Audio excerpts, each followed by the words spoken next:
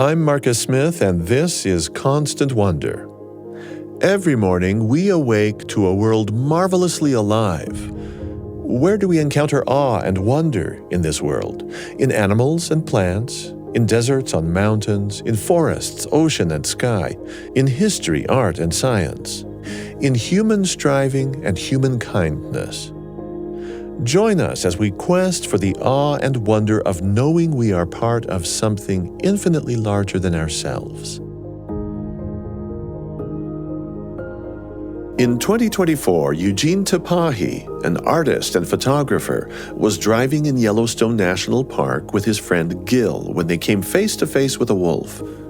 With most of the roads closed, this animal had had run of the park over the winter.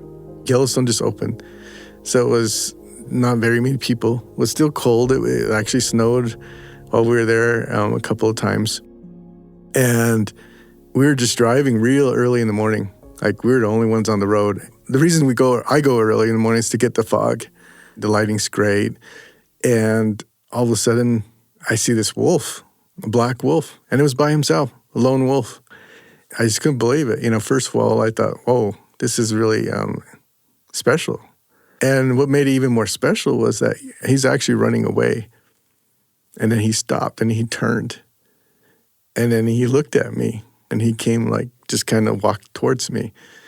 And where were you positioned? Were you in a vehicle outside of it? I was actually in the driver's seat. And I saw the wolf, he was running away.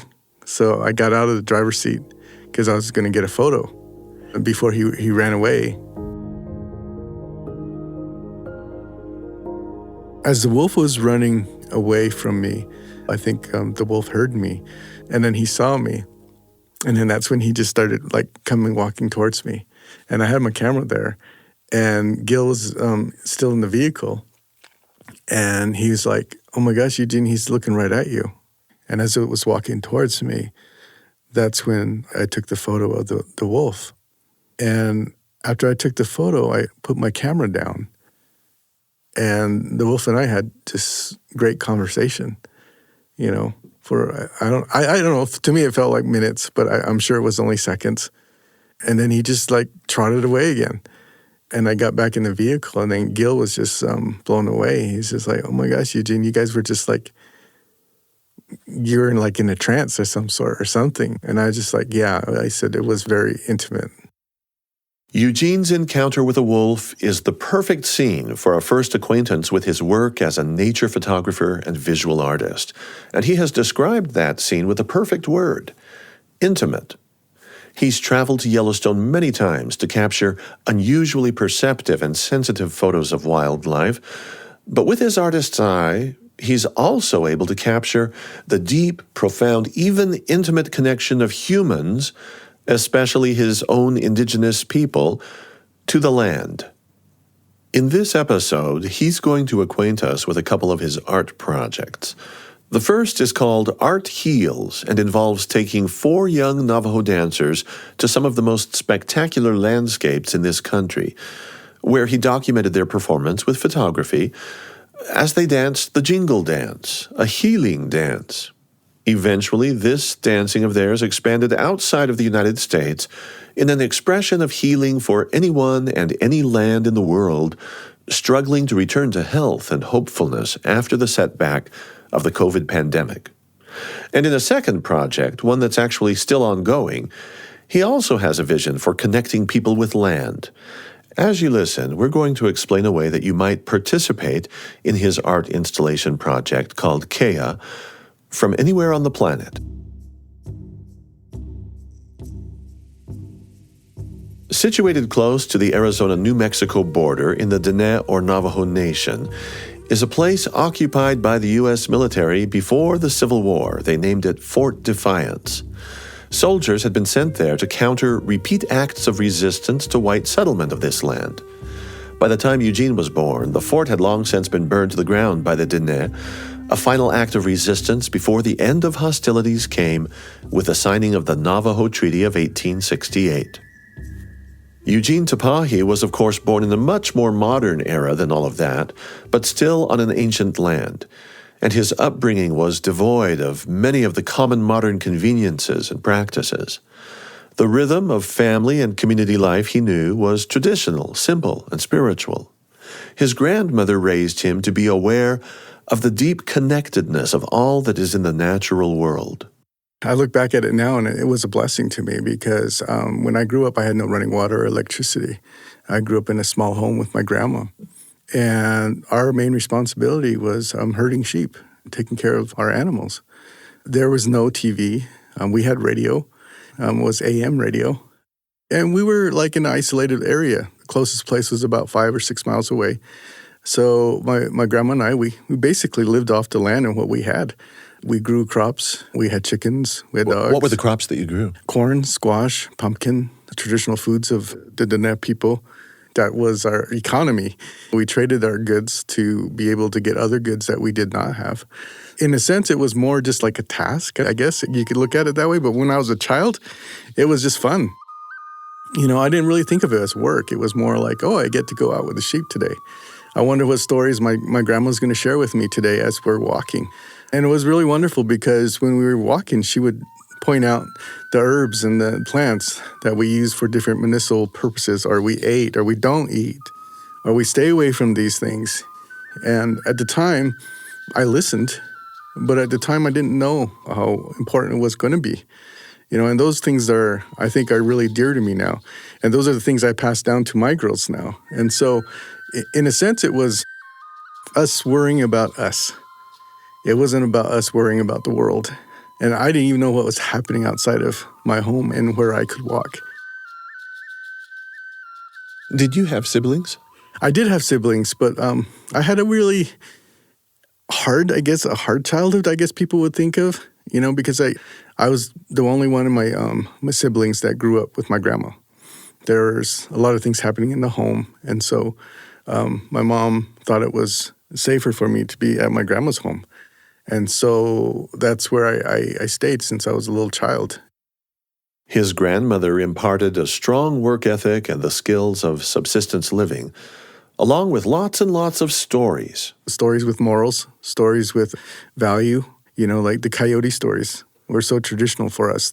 So you can go on the internet and look up Navajo traditional coyote stories. Sure. A few thoughts here about the Navajo oral tradition of telling coyote stories. I'm not Navajo, so as a cultural outsider looking in, I probably can't do justice to the special place these tales hold for people like Eugene who cherish them. For one thing, I've learned that telling these stories is generally deemed appropriate only during the winter season, between October and February. You're not really supposed to share them until frost lies on the ground. What's more, even though anyone nowadays can access the raw plot lines of these stories at any time for any reason, in books, DVDs, audio recordings, online, the plot, or the gist of a coyote story, is not the heart of the experience. Let me give you an example. In a well-known coyote tale called Placing the Stars, the listener hears an origin story behind the constellations and stars of the night. First man and first woman set stars as lights in the sky, precisely and slowly.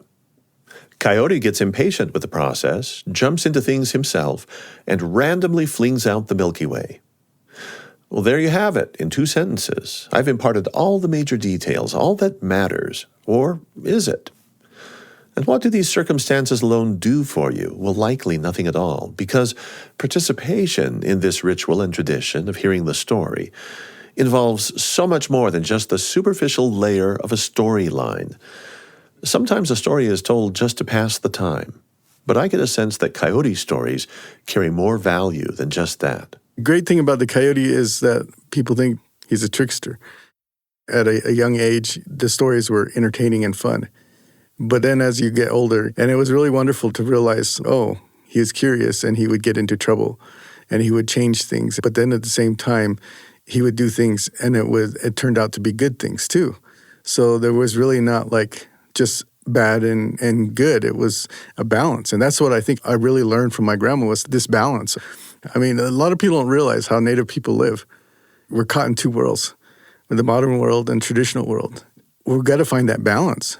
And the thing is that the people don't realize is that even though we're in a modern world, there's no way I, as a Navajo person, cannot be that person.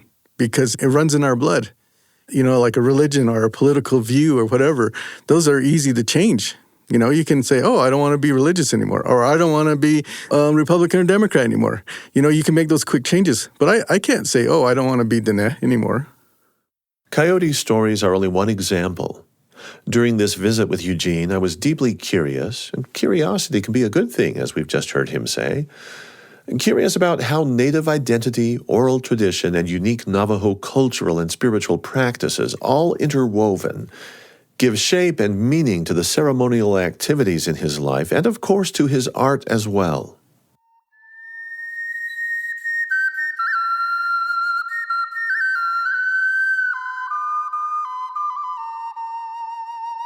I'd love for you to share what you can, or what is appropriate for you to share in terms of ceremony. If there is an example, when we participate in a ceremony, that's kind of a designated, set-apart, special time and space and function, different from the everyday work of maybe herding sheep. And yet, I'm not so sure there's such a clear divide between what is sacred for you with your Dene heritage and what is commonplace everyday work. Maybe this is a stereotype on my part, and I could be very guilty of this stereotyping.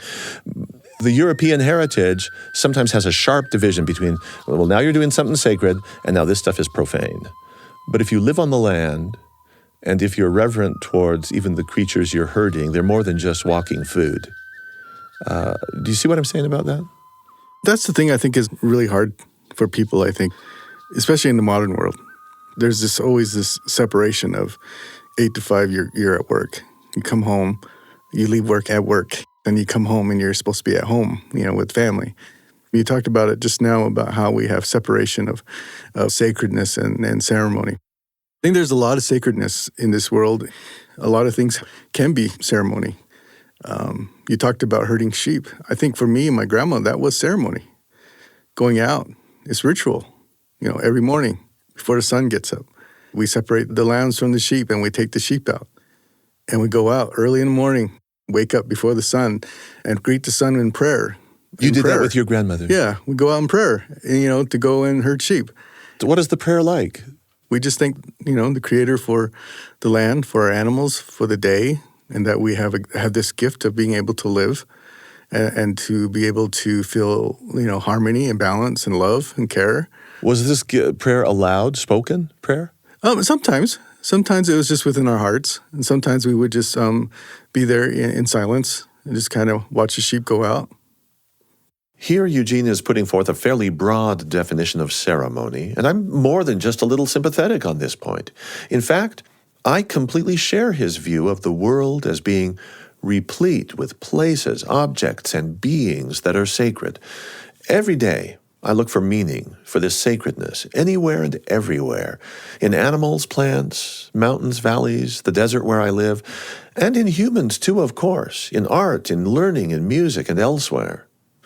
So finding spiritual connections to nature, and even to the land and soil, resonates. And it felt perfectly normal and comfortable talking and wondering with Eugene about the simple daily activities that we might construe as spiritual or even ceremonial in their essence.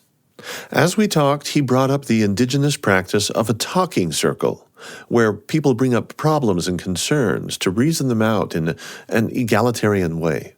A talking circle can be ceremony because you're sharing, emotion and feeling. Why would that not be ceremony? Because you're sharing your heart. I think anytime we're sharing our heart with somebody, that's ceremony. And then when it gets deeper and deeper, then that's when it becomes sacred. And it could happen, like every morning. I always, get up, pray, and think the Creator for the water. If this is true, what you've just said, then here you have come to visit with me. We've just met. I'm asking you to divulge things that are personal and important to you from your family story and history. Is there a way of looking at our exchange right here in this moment as a ceremony? Oh, yeah. I prayed before I came here. And every time I talk to people about myself and my art, my work, and my family, I always have to protect myself. I always have to be able to know that I'm coming with an open heart, because for me, that's what it's about. It's about educating. It's about sharing. Did your grandmother encourage you to become an artist? And I'm going to fold into this question, do you bring your sense of the sacred and of ceremony into your art? And is that perhaps because of her influence? There's a lot of questions in there, but you can take it where you want.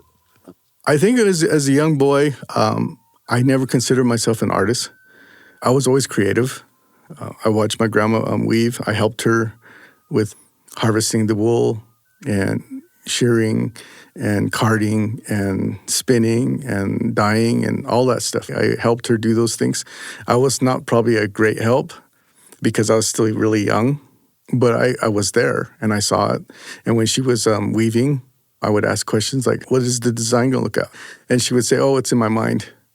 And she never sketched anything. She never drew anything out. She would just weave. And then she would say at the end when she was done, she says, this is us, Gene. This is you and I right here, and the sheep and the animals and every day. This is a representation of the past 6 months.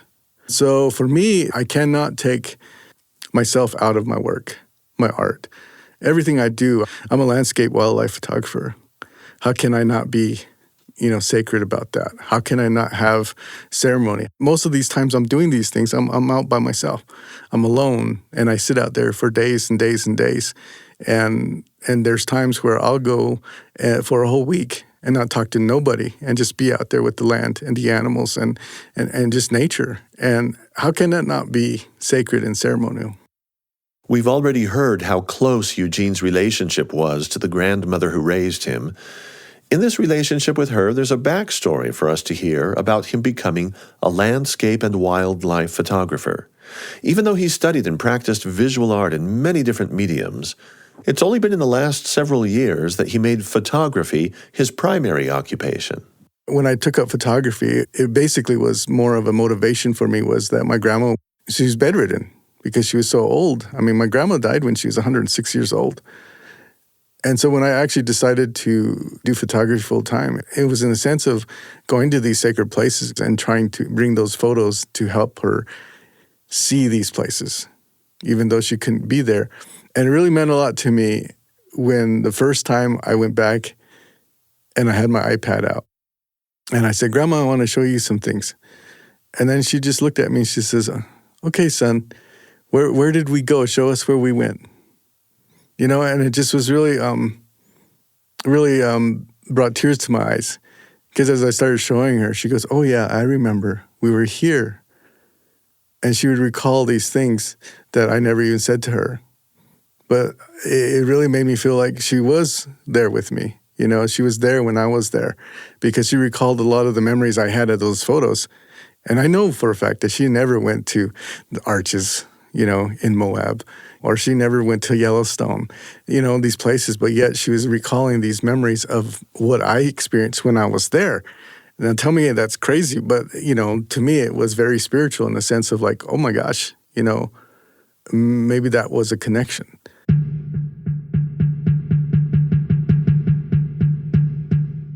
I'm Marcus Smith, visiting with Eugene Tapahe, a wildlife and landscape photographer, as he ponders sacred connections with his grandmother, his native people, the land, and his heritage.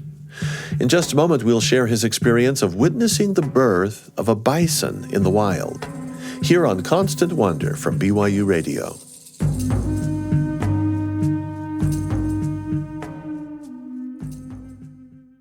There's another podcast you might like from the BYU Radio family of podcasts. It's called In Good Faith. Stephen Camp Perry is the host. He visits with people of various faith traditions. These guests are generous and compassionate and share in their own words firsthand experiences of their faith, hope, and belief. It's a chance to deepen our collective understanding of what it's like to live a spiritual life. And by the way, Stephen has a global perspective. He has cultivated that over a lifetime of travel, and that enlivens every conversation he has. In Good Faith, an inspiring journey. Be sure to listen wherever you get your podcasts. We now return to Constant Wonder. As we got going with this episode, Eugene Tapahe described his encounter with a wolf in Yellowstone National Park. And as he mentioned, in the wintertime, with Yellowstone mostly closed to vehicle traffic, wild animals often venture closer to the roads. Well, the same thing happened throughout the spring of 2020 with the national parks temporarily shuttered because of COVID.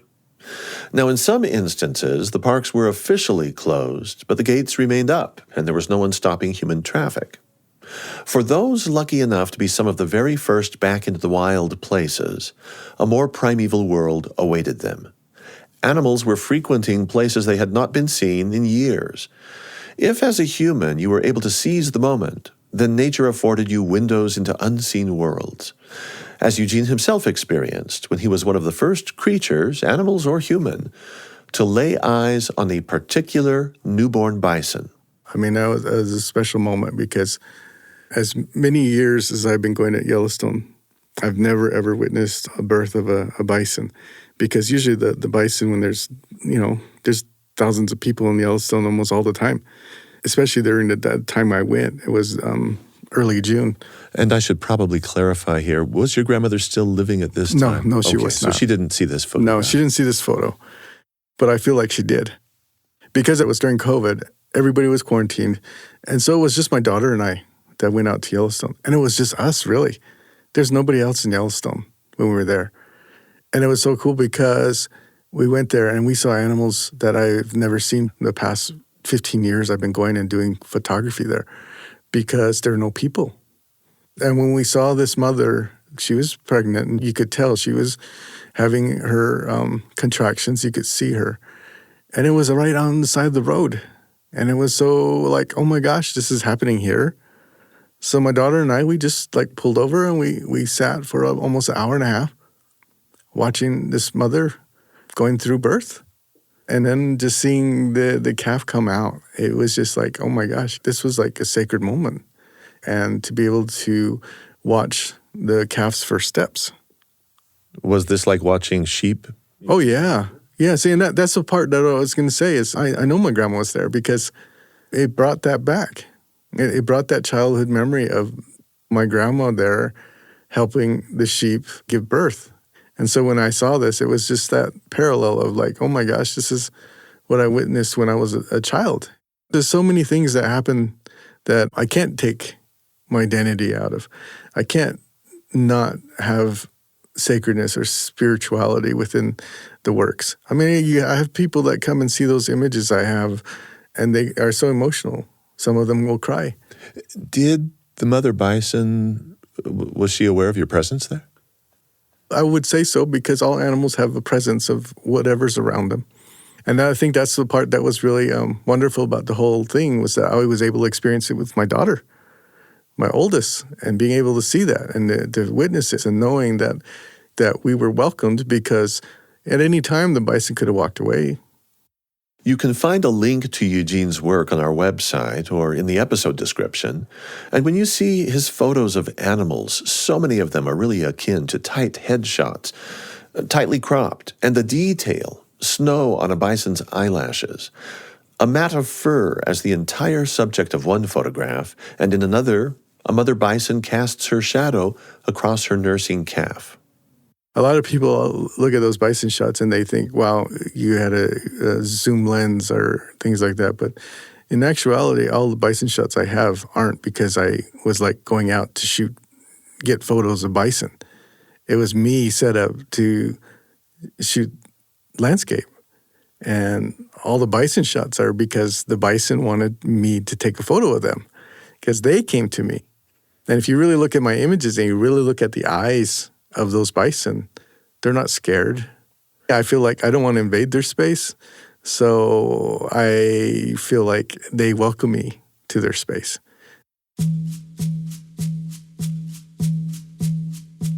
Were it not for the COVID pandemic, each of us would have a different life story to tell. For some of us, the changes to our life trajectory may have been minimal. For others, dramatic. As it happened for Eugene, COVID significantly shaped the direction he decided to go with his art photography. In fact, and to be specific, it was during COVID that Eugene had a profound dream. A dream that not only informed his artistic dedication and his direction, but it led to some healing for many indigenous people. At this time, he and his immediate family, along with some close family friends, also Navajo, named the Begays, well, they were all living and quarantining in Utah. And one thing you need to know here is that the dream involved a ceremonial dress called the Jingle Dress and would lead to an international art project featuring that ritual attire. As I grew up, at nighttime, I was taught that it's a reverent time. It's a time for rest. It's a time to be indoors. It's a time to be with family and a time to be able to gather your thoughts. Dreams are, sacred in a sense, depending on what comes of them. And so during COVID, like everybody else, we were scared. Everybody's quarantined. We didn't know what the future is going to look like. 2 weeks we'll be okay after 2 weeks. And then it turned into months. And so it was pretty scary. My Aunt Emily, who was our last matriarch in our family, she passed away. She got COVID. And it was really hard on us because the Navajo Nation was closed. It was quarantined, so we couldn't go home. We couldn't even go back to our homeland. But for the funeral, they allowed us to come back. And it was really hard because as Diné people, we have our funerals within 4 days. That's traditional. But because of COVID, and she died of COVID, and nobody really knew what COVID really, things were just really puzzling for a lot of people. We weren't able to have her funeral until 3 weeks later. And even at that time, we couldn't have a big feast. We usually have a big feast. We have a big celebration of life. We were only able to have 6 people at the funeral. And we were the only ones that could lower the casket. So there's 6 people in the middle of the rain lowering her casket down. It was really hard. It was really hard to do that. And it just took a lot out of us. Where exactly were you for the funeral? On the reservation. Back near Fort Defiance? Yeah, in Fort Defiance, Arizona. The other thing that was really hard, too, was that we couldn't bury her in our family plot because she died of COVID. I guess the nation decided that they were going to bury all the people who died of COVID in a certain land plot. So they wanted to have an isolated area, so in case contamination or whatever happened. So we're isolated in life, and then we're isolated in our death. Exactly. So when we returned back to Utah, it just was really dismal. It was really hard. The family was hard, and it was really hard on me. I took it really hard because Emily was one of my aunts that lived with my grandma almost at the same time I was there. So that's when I had the dream. I went to sleep the night after, and the dream was just so vivid. It was me sitting in a tall grass in Yellowstone, and I was watching bison graze, and the sun was setting. I felt this calm over me, and I was just watching them. And then I heard jingles from the Jingle Dress. And then all of a sudden I saw these women just started dancing. They just started coming onto the field, and it looked like they were dancing with the bison. Felt this really wonderful peace. And that's when I woke up and I just thought, what does this dream mean? And it bothered me the whole day. And finally I shared the dream with my daughters and my wife Sharon, and I said, I think my dream is saying that if we take the healing power of the Jingle Dress to the land and we heal the land, then the land is going to come back, and the ancestors that were there before us will come back and help us heal during COVID. And they just, were in tears, and we just kind of just let it be for a little while, and then we all came back together again, and I said, let's just do this. Let's just try it, make this dream come true. Sonny and Joannie Begay, they were going to BYU at the same time. They were quarantined with our family. They would come over for meals and stuff, and, we kind of stuck together because we couldn't go home. Pardon me, isn't there something that you have said previously where if a dream is remembered throughout the following day, that has a different kind of heft to it than it does. It does. Tell us, if you would, what the Jingle Dress actually is. I've seen this on videos online where the dress is ornamented heavily with these long, they're almost like jingle bells, but not the type you'd see, at Christmas time. They're long, conical, dangling sort of pendants. So the Jingle Dress is a really special dress. It's a healing dress.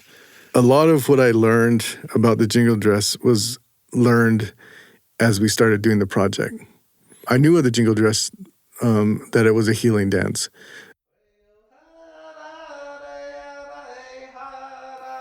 The spirituality of this project and the healing of it goes back to the Ojibwe people in Minnesota. People don't realize this, and I didn't realize it at the time of the project, but the Jingle Dress dance and the Jingle Dress originated 100 plus years ago during the Spanish flu epidemic. And at that time, an older man, actually had a dream like I did of the Jingle Dress. And his daughter was actually sick with the flu. And in his dream, these elders came to him and said, if you make this dress and do this dance, that your daughter will be healed. And so the tale goes that they actually made 4 dresses. The dress is they don't have jingle bells or jingles on them. They're cones. They're called cones. There's nothing inside that makes the noise. The actual noise of the Jingle Dress happens when all the cones hit each other. So the cones are actually traditionally were made from snuff cans, like skull can tops. The tins on top, they're round. They would flatten those round tins, and then they would put a little slit through it, and then they would shape it like a cone. And then they would attach it to the dress with ribbon or buckskin. And then they put them strategically close together so that when they hit together, they make a sound. And each cone on a jingle dress actually represents someone's prayer. So traditionally, a long time ago, the dresses were actually 365 cones on them for each day of the year.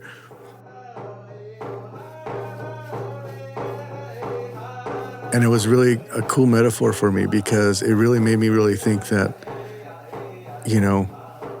as a separate person, we have our own prayers, right? But it doesn't make much of a sound. But I thought to myself, wow, if we all could come together and pray, what wonderful music and sound we can make if our prayers are all united. That kind of was like a really big symbol for me throughout this project, was that everybody during COVID was in pain, was in fear. It didn't matter if you're native or non-native. You went very far with the project. How many different places did you go? I mean, give us a sample of where you went. Our purpose, it really was just, at the beginning, was just to make my dream come true. To have one time where we went to the land and we danced.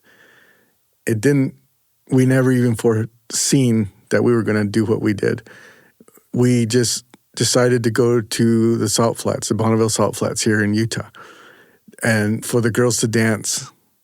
And for me, I didn't even think about doing the photography until my daughter said, we should document this. So then I said, oh, okay. I said, because honestly, I'm not a portrait photographer. So I didn't really realize how is it I was going to document this.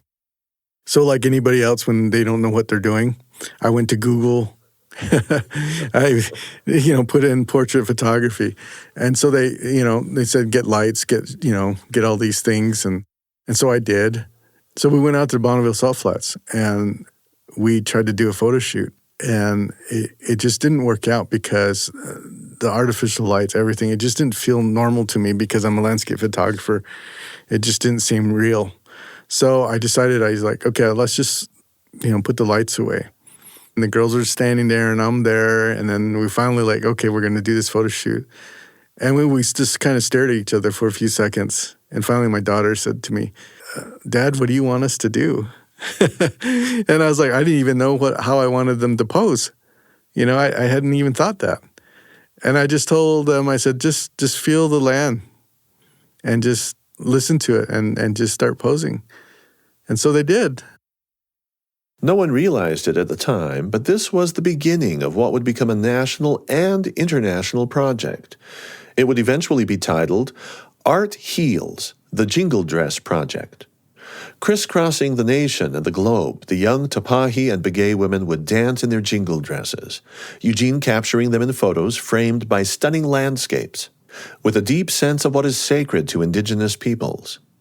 But again, at the outset, at that first photo shoot on the Bonneville Salt Flats west of Salt Lake City, none of them had any idea of how this would all play out or how far it would take them. And that's kind of how the photography part of it started, and then even the dance itself. We had just this really tiny, small Bluetooth speaker because we weren't thinking big, and we took it out there, which was great because there was no one there. It was just us.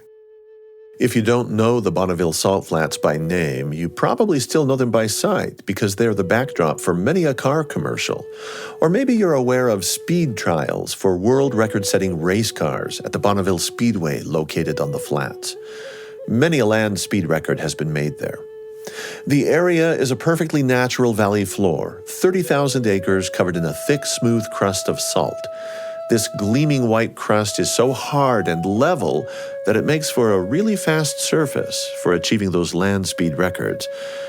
But I think above anything else that the place offers, it's simply an otherworldly natural scene and stunning landscape. Where did all that salt come from? It was deposited by an ancient body of water so vast that calling it a lake, Lake Bonneville, is a misnomer. It was an inland sea, once covering nearly half the modern state of Utah. After this inland sea shrank down to a fraction of its original size, and now called the Great Salt Lake, the adjacent Western Flats also remained. It's a favorite destination for portraits and group photos, so the flats get a whole lot of traffic beyond just those daredevils who come there with their rocket-powered cars. Except it was very empty during the pandemic.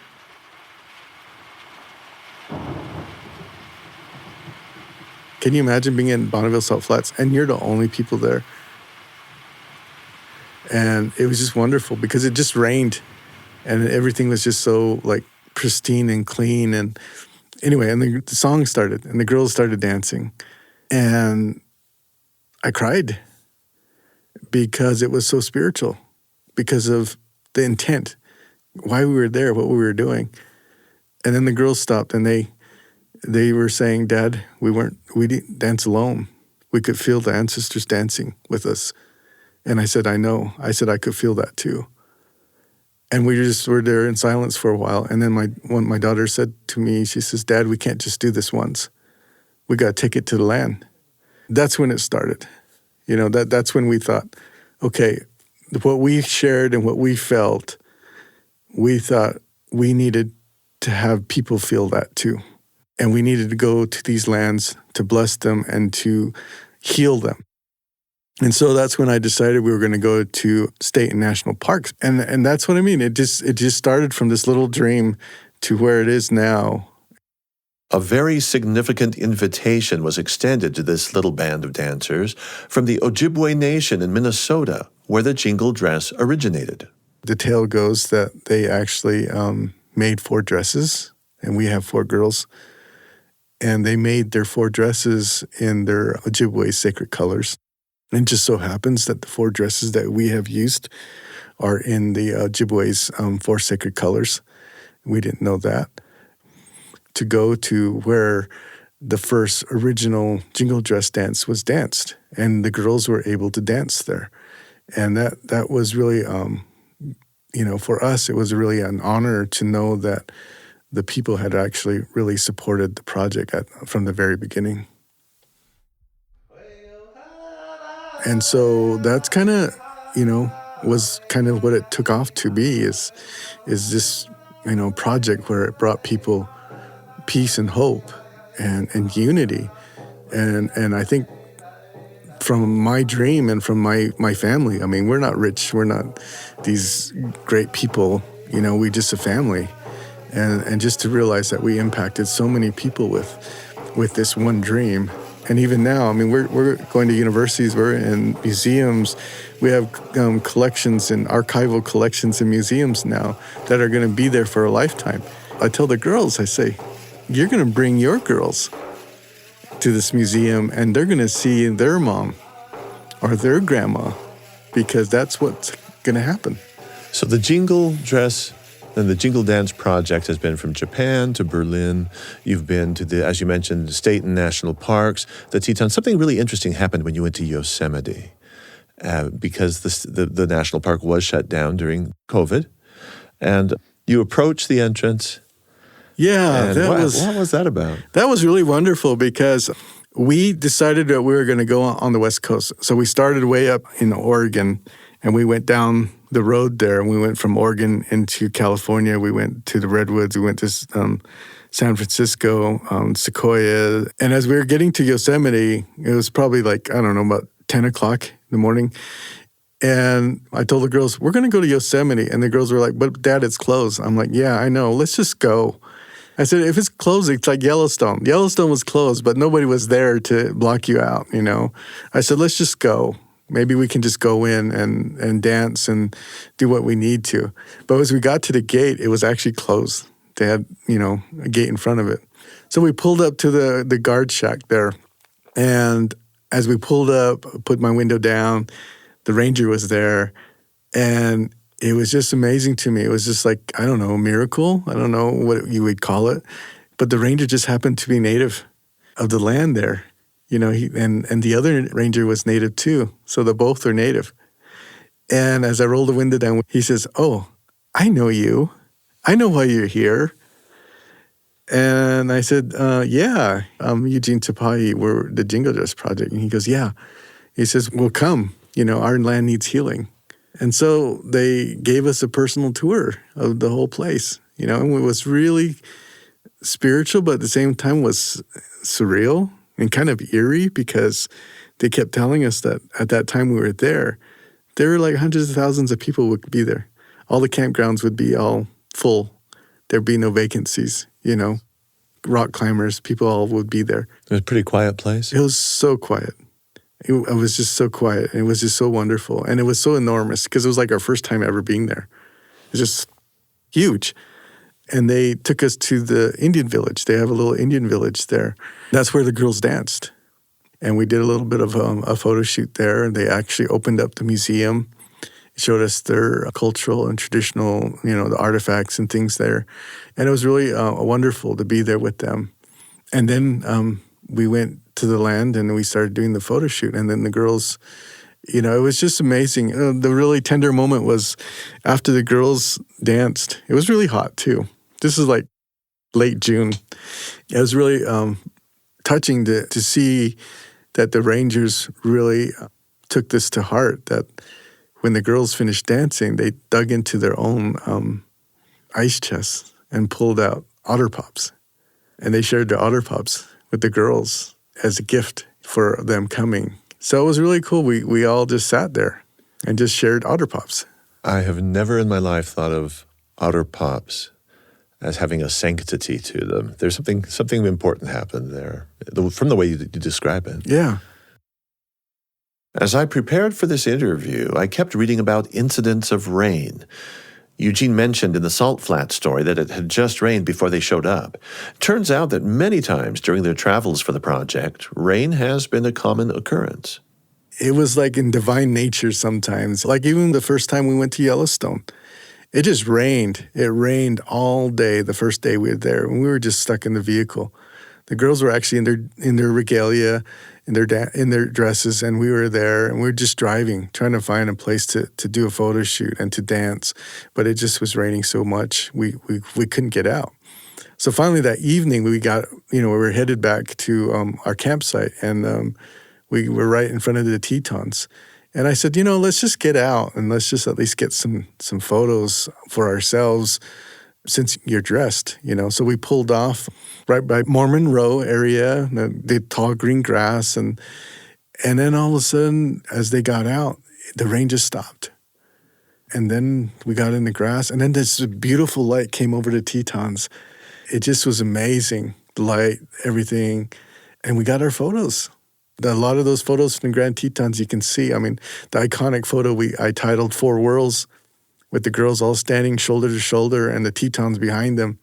That was just all natural light. And it was right after the rainstorm. And as we finished our photo shoot and everything, and we were going back to the car, it rained again. And that happened to us numerous times. It happened to us when we were in the Oregon coast. It happened to us when we were in the Sequoias. It happened to us when we were in Yellowstone, again, when we did a winter shoot. When we were in New York, in Central Park, it rained right before we were there, and then after we left, it rained again. For us, as Native people, rain is a blessing. Eugene Tapahe is a photographer and visual artist based in Utah. I'm Marcus Smith, and this is Constant Wonder from BYU Radio.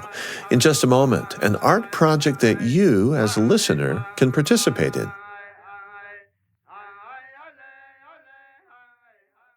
I want to take a moment and recommend another show from the BYU Radio family of podcasts, The Lisa Show. With life's great onslaught, everything that can overwhelm us and add stress to our life, Lisa Valentine Clark, her guests, and Council of Moms provide a practical, positive outlook on our ongoing daily challenges. They tackle problems head-on with wisdom and experience. You'll hear suggestions for better handling interpersonal relationships, useful ideas related to health, technology, body image, family, and a host of other important issues. It's called The Lisa Show, and of course, it's available wherever you get your podcasts. We now return to Constant Wonder. Before he expanded his efforts in photography, Eugene Tapahe was already a visual artist in other mediums. Not long ago, he had an installation at the Museum of Art on the BYU campus, which is where our show is produced.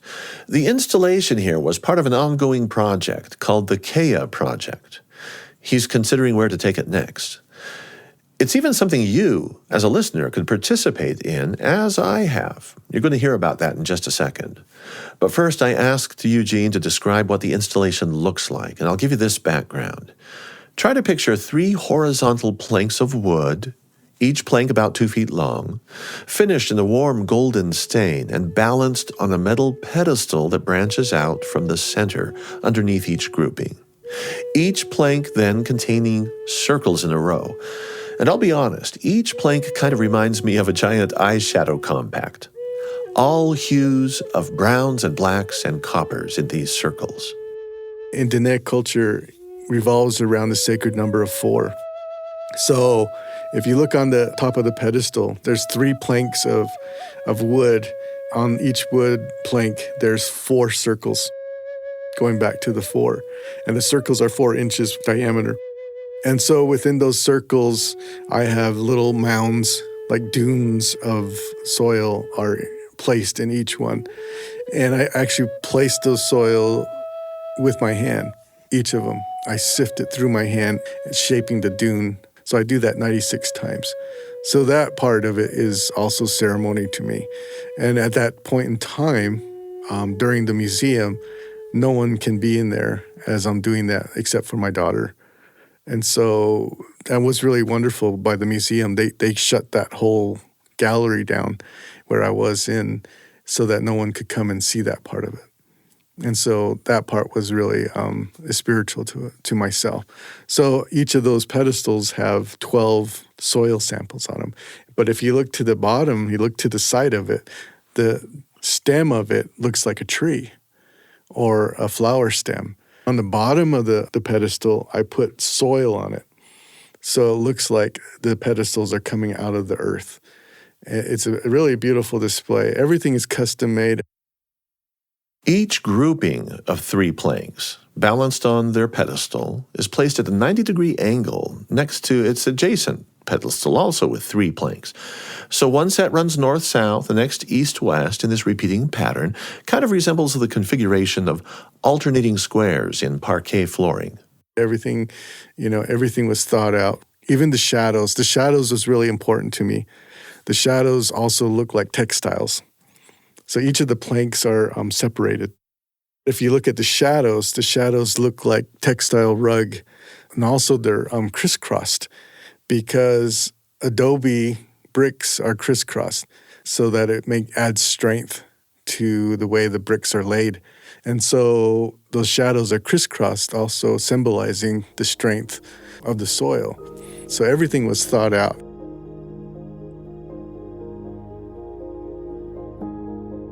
I went to a trail up in the mountains in the backcountry of the Wasatch Mountains. This is land that originally was hunted and inhabited by the Timpanogos people. That's a band, maybe a Shoshone band. Some people have then kind of lumped them together with the Ute Indians. I had to do a little bit of research to learn about the people who were there long before I ever came along. But the place became important to me because I was on this trail, the Ridge Trail near Mill Canyon Peak, when I was with my wife, to-be, 25 years ago, actually, this summer. And I said to myself, in the course of that hike, I want to marry her. And your instructions were to go to a place that was meaningful to me for some reason. And I did. And here's the soil from that trail that I gathered just yesterday. Would you be able to make use of that? Oh, yeah. Well, thank you. First of all, thank you. Yeah, thank you for the soil. The reason I started this project was what you just said, that a lot of the native tribes are kind of lumped together. And people don't realize that. It's true. I mean, there's so many native people that have come and gone from all these lands here in America. And so it's important for us to remember those people because at this point, there's only just a little over 500, I think it's like 572 tribes that are recognized, by the government. But prior to colonization, there are thousands. And so being able to recognize those that are no longer here, some of them, especially on the East Coast, to me is sacred. So I'm glad that you went to a place where it was dear for you, because that's the point, is trying to make this connection with land, not just with native people, but with all people. Like you have that connection with that land right now, of that memory. And I think that's what is really wonderful about land. Land holds memory. Land is living. People don't think that land and soil is alive. I mean, I can take the soil that you just gave to me. I can put it in a pot and I put some seeds in it, and it'll grow.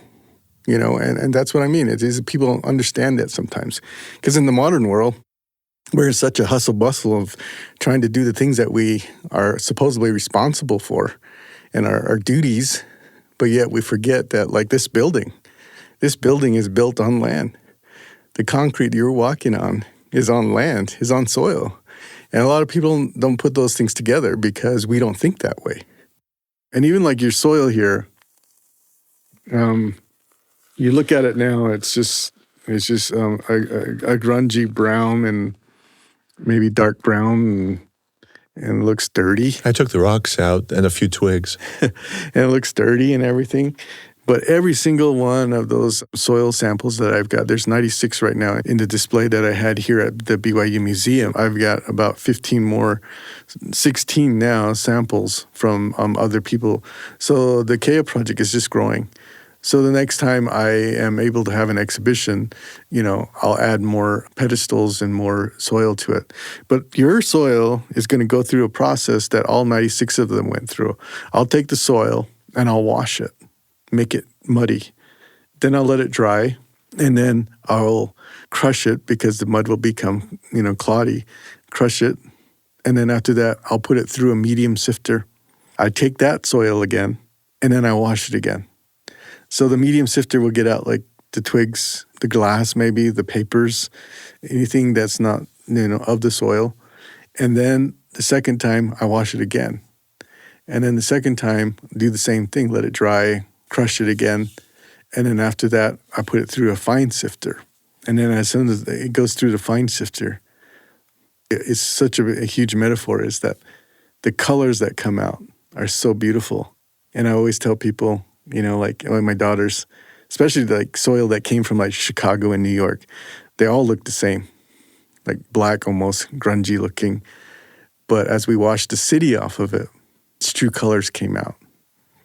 So all the soil that we have, this is probably my 8th sample in Utah now, all 8 of them do not look the same. They're not all the same color. And if you went to my exhibition, 96 of them, none of those 96 all look the same color. And that's the thing that I think is a huge metaphor too, is that we as people, we have these categories of white, black, brown, but there's all different shades of white and brown and black. How can we just generalize that? And being able to get these soils from other people and non-native people too, It's not all just Native people.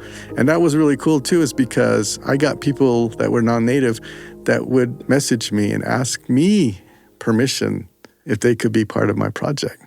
And I'm just like, this project is really about you learning and educating yourself. So honestly, this project is really for you. Because Native people already know, who lives where, right? So I was like, sure, by all means, participate.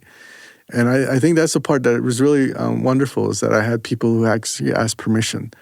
And I thought that was such a cordial and respectful thing to do. One of the great tragedies of modernity is our alienation from land, where we're so far from it. And I see when you talk about healing and you talk about these projects, everything from your daughters and the Begay girls dancing on land, and you asking them to sort of know and be present to the space they're in, the land under their feet. This healing is a coming together again between estranged humans and their places. And we've got this show that's about awe and wonder. And one of the main reasons I wanted to have you come be with us was to explore this connection of awe and wonder with place, with land, with our belonging, with a sacred sense of reverence for where we are. From everything I've heard you say, it sure seems like this is absolutely 100% real for you. Oh, yeah. What I do and my purpose here is to heal. I think that was the purpose when my grandma first told me. She says, be of service. Love your neighbor. Love the people. Love your community. And the land, And this is the part that I always remember when I was a child. She said, you take care of the land and the animals, they're going to take care of you. There's this balance, this spirituality. As we ground ourselves, root ourselves with the land and the animals and the water, nature, we all could be better people. Think about it. I mean, we spend thousands and thousands of dollars to go on hikes or to go to Yellowstone. Why not unplug yourself? Why not leave your cell phone in the car? Why not watch TV? Go on a hike without taking a selfie. Go on a hike without listening to music. Listen to the trees. Listen to the water. I can tell you that ceremony, that spirituality right there. Go into the trees and sit there and just listen. The trees are going to tell you what you need to hear. That's what my grandma always told me. She says, if you're angry and mad, Gene, go to the mountains and scream. If you're sad, you're lonely, go to the trees. They'll listen to you. I think those are the things that we as people need to return to in order for us to be more in balance, more in tune with the spirit. I mean, you think about all these people. Oh, we're going to yoga. We're going to go to the spa. We're going to get a massage. And they're spending thousands of dollars when all you need to do is just go up to the mountain, scream, be in silence, and nature's going to heal you. That's Eugene Tapahe, wildlife and landscape photographer and visual artist. If you want to participate in his soil project, check out the link on our website. It will tell you everything you need to do. This episode was produced by Tenery Taylor with help from Lily Jensen. Sound design by Ted Kim. I'm Marcus Smith, and this is Constant Wonder, a production of BYU Radio.